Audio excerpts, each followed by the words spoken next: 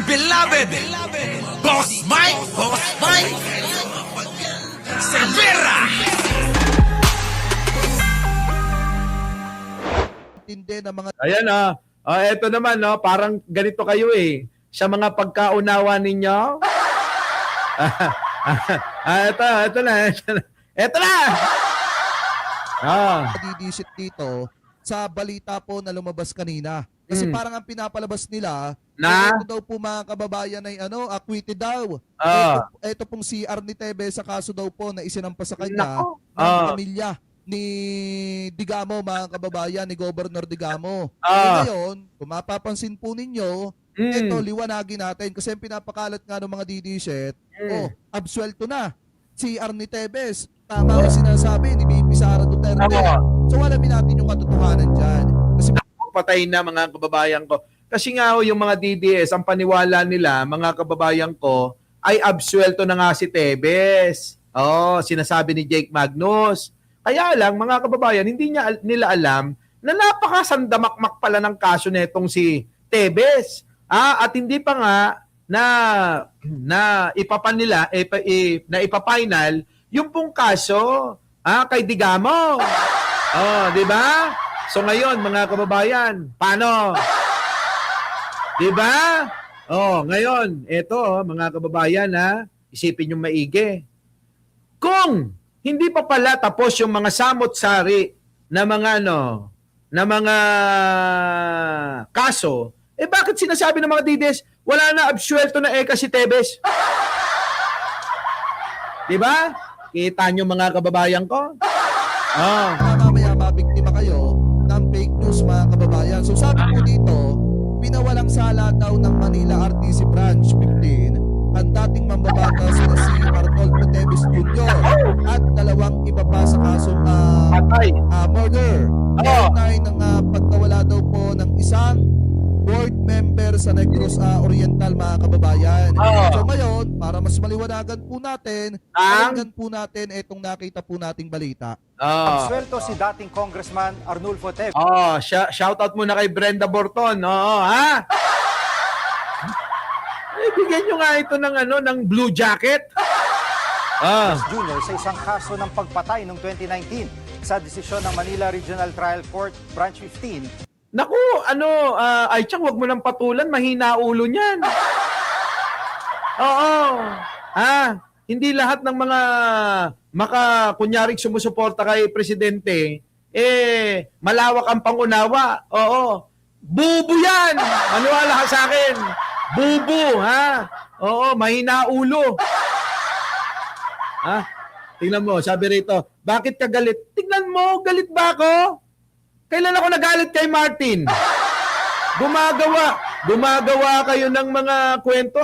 Pera, marami akong pera. Pinamimigay ko na nga lang Di mo ba alam yon? Ang pera ko, pinamimigay ko na lang. Galit na ako kay Martin, pinapanalangin ko pa siya. Araw-araw nananalangin ako.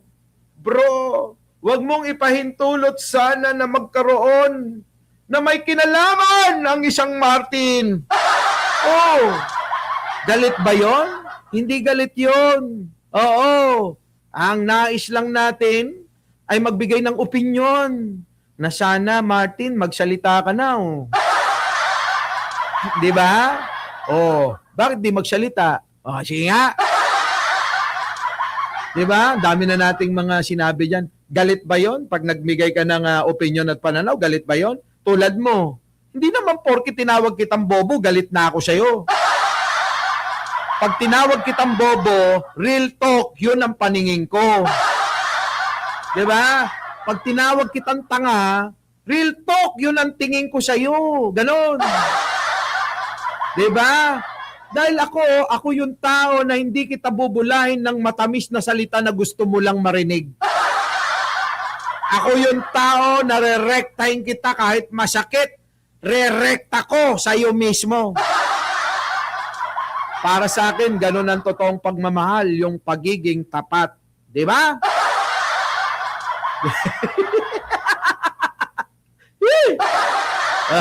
Okay na? Oh, kita mo, binibigyan nga kita ng panahon dito eh. Oh, di ba? Oh, ito na. Kulang ang mga ebidensya ng prosekusyon laban kay Teves. At sweldo rin ng dalawang kapwa-akusado ng dating kongresista. Nako. Nagugat ang kaso sa pagpaslak kay dating Negros Oriental Board Member Michael Du. Eh baka bago-bago lang yan dito sa channel natin. Di ba? Oh, baka bago-bago lang yan sa channel natin yan, mga kababayan ko. Oo, yung bang ang dami naman nating mga kasama rito na makamartiniko, ano.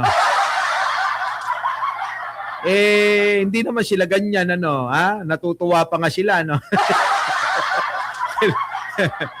Eto na. Tungog noong 2019. Kung mapapansin nyo mga kababayan, hindi naman po kasi kay Digamo yan. Ah. Kaya si Arnie Teves, mga kababayan, kahit acquitted po siya dyan, nakakulong pa rin po siya ngayon. Kasi mabigat nga po yung kasong isinampa sa kanya ng pamilya ni Digamo. Ano po, anyway, tuloy pa natin. Oy, ikaw DJ Byron. Napa-message tuloy ako. Ewan ko. Ako naman kilala naman ako ni DJ Byron. 'Di ba? Kapag ako nasa katwiran, hindi mo naman ako hindi mo ako mapipigilan eh. Maniwala kayo sa akin. Kung bago lang kayo sa social media at hindi nyo ko kilala, abay dapat panoorin nyo muna yung aking vlog, yung unang-una. para mas makilala nyo ko. Kasi kung inyo kong i-judge ngayon, wala. 'Di ba? Ganun 'yon. Ay, kayo talaga. Ako yung tao kapag ito yung katwiran ko, ito yung katwiran ko. 'Di ba? Kahit pinawalang sala, mananatiling nakakulong si Teves dahil sa isa pang kaso ng pagpatay kay dating Negros Oriental Governor Ruel Digamo noong Diba? 2020. So ngayon, mga kababayan ko, to si Jake Magnus, na mapapangasawa na yata si Mima dahil anal na daw si Mima. Si Mima kasi mga kababayan ko may nagdemanda sa kanya. Opo. At ngayon mga kababayan ay na-dismiss na ho yung kaso. Kasi hindi yata naisip nung nagdemanda sa kanya na na may kaibigan na Mike Cervera si Mima. Sa mga hindi pa nakapag-subscribe kay DJ Byron, MTV, wag niyo nang patagalin 'yan. Kita mo, nasaan na ba yung si Romel? Yung tagapagtanggol ni Martin, kita mo, tinutulungan ko. Di ba? Kayo masyado yung dinidibdib yung mga bagay-bagay na wala naman kayong alam. Mas higit kaming mga nakakalam na vlogger, katulad ni DJ Byron, siya mga nangyayari sa kung ano yung mga totoo na mga issue sa loob at labas ng mga nasasangkot. Alam nyo? Yan na. Sabi ni Aichang, ayan na nga yung channel ni DJ Byron. Puntahan nyo na. Diba? Junjun Adventure. So para, mga kababayan ko, tigil na natin to. Lumagpas na tayo ng kalahating oras lang dapat to. Pero sa totoo lang, ang naging highlight nito, nag-enjoy ako kay Romel Pagpatuloy mo yan pagpatuloy mo yan. Pero sana, sa susunod, isumbong mo na ako sa mga manananggol ni Martin. Yung talagang mga nagsasalita sa social media.